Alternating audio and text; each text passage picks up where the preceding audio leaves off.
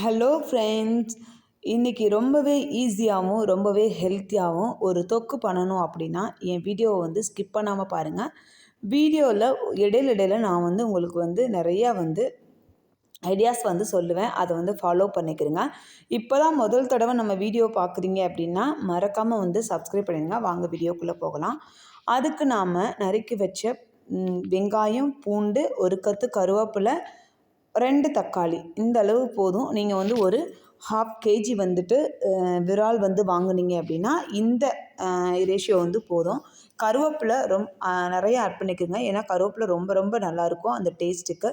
இதை போட்டுட்டு நீங்கள் வீட்டில் எந்த சிக்கன் பொடி யூஸ் பண்ணாலும் பரவாயில்லை ஃப்ரெண்ட்ஸ். அந்த சிக்கன் பொடியில் உங்கள் காரத்துக்கு எவ்வளோ வேணுமோ அந்தளவு அதிலையே போட்டு அரைச்சிருங்க. இந்த தொக்கு பண்ணுறது ரொம்பவே ஈஸி ஃப்ரெண்ட்ஸ். நீங்கள் 5 நிமிஷத்தில் இந்த தொக்கு ரெடி பண்ணிடலாம். ரொம்பவே ஈஸியாகவும் இருக்கும், அதே சமயத்தில் ரொம்பவே டேஸ்ட்டாகவும் இருக்கும். இப்போ நீங்கள் வானொலியை காய வச்சிடலாம். காய வச்சுட்டு கொஞ்சமாக எண்ணெய் ஊற்றிடலாம். இந்தளவு எண்ணெய் போதும்.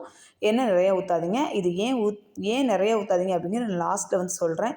இப்போ அது கூடவே கொஞ்சம் சோம்பு போட்டுட்டு அது கூடவே வெங்காயமும் ஆட் பண்ணிவிட்டு நல்லா வெங்காயம் ப்ரௌன் ஆகிற வரைக்கும் நல்லா வறுத்து எடுத்துக்கோங்க.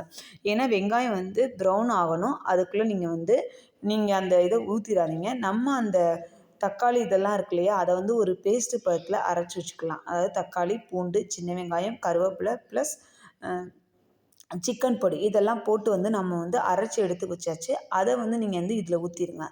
ஏன்னா நம்ம இதை வதக்கிலாம் எடுக்க வேண்டாம். நீங்கள் இந்த மாதிரி அரைச்சி ஊற்றுங்க. அதுவே ரொம்ப போதுமானது. இதில் ஒரு டிப்ஸ் சொல்கிறேன், நல்லா கேட்டுக்குங்க. இது எப்போ நாம் விரால் ஆட் பண்ணணும் அப்படின்னா இந்த பச்சை வாசனை போகிற வரைக்கும் ஆட் பண்ணணும் ஃப்ரெண்ட்ஸ். ஆட் பண்ணக்கூடாது. பச்சை வாசனை போகிற வரைக்கும் ஆட் பண்ணக்கூடாது. அதுக்கு நல்லா நம்ம கொதிக்க விடணும். இப்போ நீங்கள் உங்களுக்கு தேவையான அளவு உப்பு அதில் போட்டுட்டு இந்த மாதிரி நல்லா ஒரு கெட்டியாக இருக்கும். அந்த பதத்துக்கு பாருங்கள். லைட்டாக ஸ்மெல் பண்ணி பாருங்கள். பச்சை வாசனை போயிடும். அதுக்கப்புறம் நீங்கள் அந்த விராலை ஆட் பண்ணிங்கனாவே போதும் ஃப்ரெண்ட்ஸ். இப்போ விராலை ஆட் பண்ணிவிட்டு நாம் ஒரு 10 நிமிஷம் அதையும் க்ளோஸ் மூடி வச்சிடணும். எந்த ஒரு இதுவுமே நீங்கள் மூடி போட்டு மூடி வச்சுருங்க. அப்போ தான் அதனுடைய ஸ்மெல்லும் சரி டேஸ்ட்டும் சரி அப்படியே இருக்கும். எப்போயுமே ஓப்பனில் தயவு செய்து வைக்காதீங்க. இது ஒரு அருமையான டிப்ஸ். எல்லாத்துக்குமே நான் அடிக்கடி சொல்லிகிட்டு இருக்குது இது ஒரு இது எப்பயுமே நம்ம க்ளோஸ் பண்ணி தான் வைக்கணும்.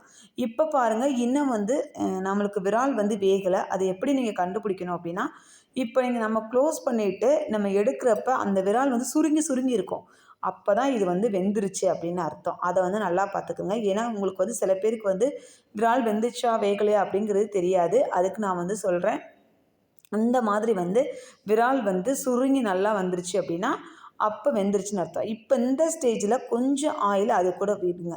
ஏன்னா ஆயில் விட்டால் தான் அந்த டேஸ்ட் அது நல்லா ஒரு அந்த டேஸ்ட் ஊற்றுனதுக்கு நல்லா பொறுன்னு இருக்கும். அது திங்கிறதுக்கு நல்லா ஒரு பக்குவம் இருக்கும். அதனால் இந்த ஸ்டேஜில் கொஞ்சம் ஆயில் விட்டு நீங்கள் நல்லா கிளறிக்கிறங்க.